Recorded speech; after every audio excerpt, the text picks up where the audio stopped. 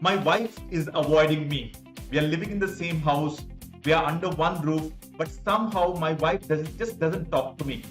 When I ask her 4 questions, she answers only one, and that too in a single syllable. If you are in this situation, then continue to watch this video to find out what you need to do to create that amazing connection with your wife.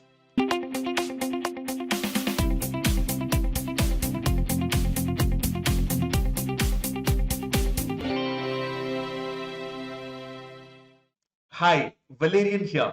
I teach relationship science to bring back love into your marriage. So in this video, I'm going to talk about 3 important elements. The first thing is, why is this happening? Why is your wife avoiding you? The second thing is what you should do in this situation. And I'm going to give you a super tip at the end. Now, before I jump in and talk about all these things, there is a prerequisite for you to get the best out of this session, out of this video. And the prerequisite is that you got to have an open mind. It's like this mason jar. If your mind is filled with negativity, if your mind is filled with hatred towards your wife, if your mind is filled with your own thoughts about what is happening in your marriage, you will not be able to consume new information. So can I ask you to keep everything that you know about your marriage aside for the next 10 minutes or so and listen to every bit of information that I'm going to share. So with that, let us jump in. So the first thing is, why is this happening? The reason that it's what is happening in your marriage is happening because of these 2 things. The first one is the 3 stages of marriage. You got to understand this to understand why all this is happening, why she's avoiding you, why she's not talking to you. So what are the 3 stages of marriage? The 3 stages of marriage are, the first one is the romance stage. The second one is the power struggle. And the third one is mature love or deep friendship. When you attend one of my master classes, and if you have not attended my master class, I invite you to attend my master class. And when you attend this master class of mine, upcoming master class of mine, I'm going to talk about these 3 stages in detail. And all that you have to do to register for this masterclass is free. And all that you have to do to register for this masterclass is you have to go to Coach Val, that is COACH Val VAL.co. So go to coachval.co. You'll find the link in the description as well as on the screen out here. Go to coachval.co and sign up for this masterclass. Now, the 3 stages. The first stage is the romance stage. The second stage is the power struggle. And the third one is mature love. The power struggle is the stage where we start having fights and arguments, where we start feeling that our spouse doesn't love us, and in return, our spouse feels the same. Now, when this happens, we start having fights and arguments, and there are 3 types of fights and arguments that happen in our marriage when we are in power struggle. So, what are those 3 kinds? The 3 common dialogues or 3 kinds of fights we have. The first one is called find the bad guy. It is called find the bad guy. So this particular fight starts with one partner feeling that he or she doesn't matter. And that partner tells the other person that you are bad, you are wrong. And the other person says, no, I am not wrong, you are wrong. Give you an example. One partner says to the other, let's say one partner came home late and the other partner was really upset with it because the other partner felt that he or she doesn't matter. So when the person came, this first person was waiting, said to the partner that you always come late. And the other partner says, what about you? You also come late sometimes. But the other partner says, but it is only sometimes, but you always do it. And then they go on and on and on and on, both of them criticizing each other. And then they drag the family in. Your parents are like this, your sister is like this, your brother is like this. This is called find the bad guy fight. The second kind of fight people get into in power struggle is called demand withdraw. This is called a demand withdraw fight. What is a demand withdraw fight? Let's use the same example of coming late. So one partner came late, the other partner is waiting for that partner. As soon as the partner gets in, the first partner says that, why are you late? And the second partner says, I had work in the office. The first partner says, but everybody else has work in the office. The second partner says, but I've just got the promotion. And the first part, so they go on and on and on. One partner is demanding and the other partner is defensive or withdrawing.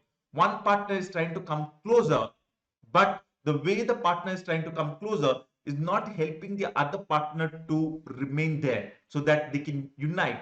Instead of that, the other partner is withdrawing. This is called demand withdrawal. And most marriages have a mix of both, and one pattern will be dominant.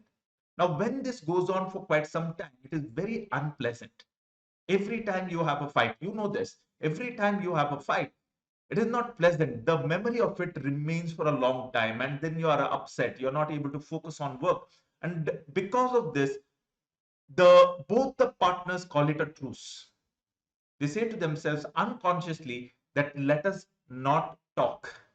Because whenever we talk, we are going to have a fight. And that stage is the most dangerous one, and that is called withdraw. In the first two stages, at least they are talking to each other, at least they are connecting with each other. But in the third stage, they're not connecting at all. They have stopped dancing with each other. Now, this is the reason your wife is avoiding you. The reason is she thinks that when she opens her mouth and she says something to you, you will derive a different meaning out of it. Maybe at the end of it, I'm not saying you're doing this, I'm saying your wife is thinking this way. And at the end of it, you're going to have a huge fight. And because of that, there will be bitterness. So instead of that, might as well not talk. Might as well not talk. And that's what is happening. That's the reason your wife is avoiding you. Let's not talk. At least we'll have some peace in the house. I do my thing, you do yours, and we'll keep a safe distance. Now, what do you need to do? What you need to do at this particular moment is you have to take a step back. And when I say step back, what I mean by that is most of the time when we look at our marriages, we look at our marriages from here, so close to our marriage. And when we are looking at it from here, we are missing out on a bigger picture. Bigger picture. We can only see how we are right and how our partner is wrong. But when we pull ourselves away from our marriage and look at the situation from a whole picture, holistic picture, you'll get a whole new perspective.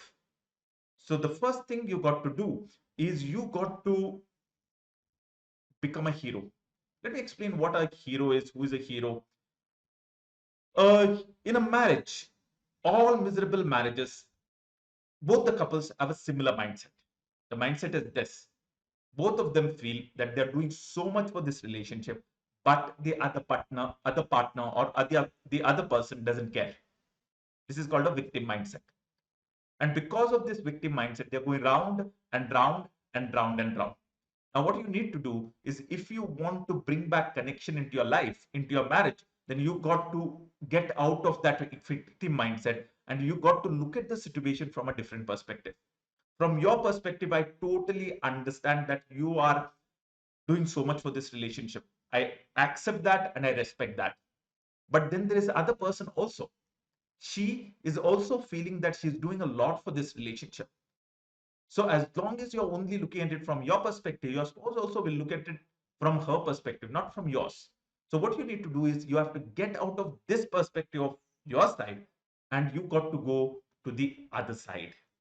And when you go to the other side, you understand what she is going through, what is the pain she is feeling. One of the husbands told me this beautifully.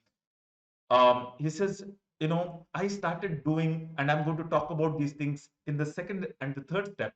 But let me say this since as it has come up. He said that, earlier I used to think that, what is my wife doing? She's at home all the time, just, simple things like taking care of the kids and a little bit of washing clothes. And that too, there is a washing machine. And then when he got into a hero mindset, he started doing the things that she would generally do. And he realized the pain of doing these things. Now that's where you become a hero. You understand the situation, understand her from her perspective, not from yours. The second thing is once you understand this, understand her from her perspective, you become a hero. And now you can get into a micro behavior.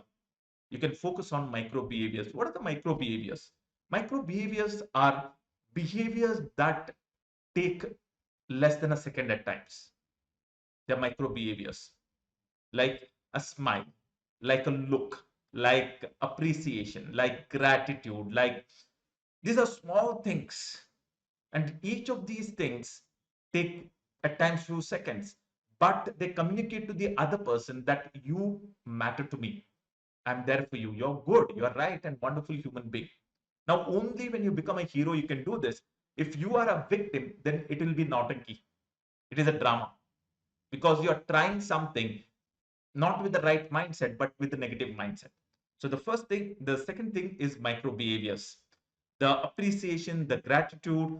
This is the second thing. And the third thing you got to do if you want your wife to connect with you again is you have to bid for connection. You have to bid for connection. Initially, so what is bidding for connection? Bidding for connection is the conversation that we have without any purpose. There's no actual logistical purpose in talking to the other person, but we have this conversation. Example, my wife comes home and says, today was a tough day. Now, there is no actual purpose in telling me that. Or she telling me that, oh God, the day was so difficult that I got a bad headache. There's no purpose in she telling me. Now, when she's bidding for connection, I need to respond. Now, what generally happens in a marriage during the power struggle stage is we stop bidding for connection. And when somebody bids for connection, the other person snaps that person out. It could look something like the wife says, I got headache. And the husband says, take paracetamol. The wife says, I'm too tired, from the office. The husband says, if you're too tired, then who's telling you to go to work? I'm fending for the family. So what's the big deal? Now I'm saying this is from a one perspective, and your wife is a reflection, and she also start doing the same thing. In other words, we turn away or turn against when our partner bids for connection. And because of this, we stop sharing about what's happening in our lives with each other. Now, what you need to do is you got to start bidding for connection. You might tell her, oh, how was the day today? You might ask her that. You might tell her that, today was very, very tiring. Now, initially, when you bid for connection, because of the old habits, either your wife will turn against or turn away, but you got to keep at it. So this is called bidding for connection, and it's a very, very powerful thing. I remember one of the awesome husbands of our community sharing this. Initially, when she used to come home from office, you would say good morning or good evening, and she wouldn't even look at his face. That's how much she was avoiding him because of the power struggle. Not because anybody is bad. Everybody is good in a relationship. It's just that when we get into a power struggle, the hell breaks loose. So initially, that's how it used to be. And slowly, what happened was she allowed the daughter to meet him.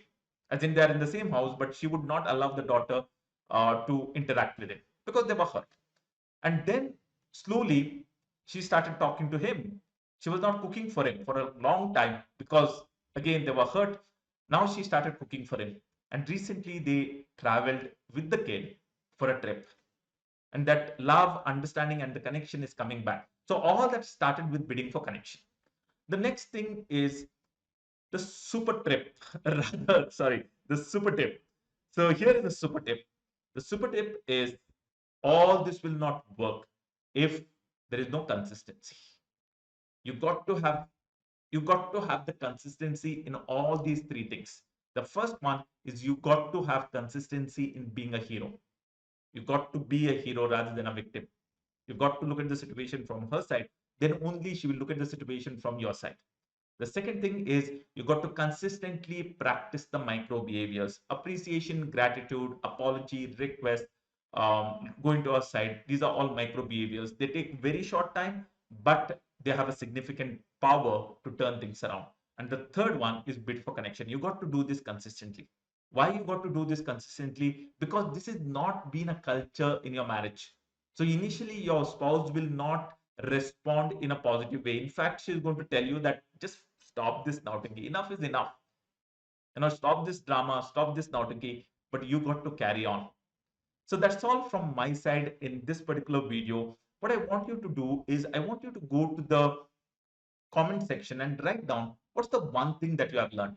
If you're part of the community, then probably you have heard about these things before, but When we hear things again and again, we get a new insight. So even if you're part of the Awesome Husband sub and you have heard about me talking about the demon dialogue, still, what is the new insight that you got? Please write it in the chat box, in the comment box.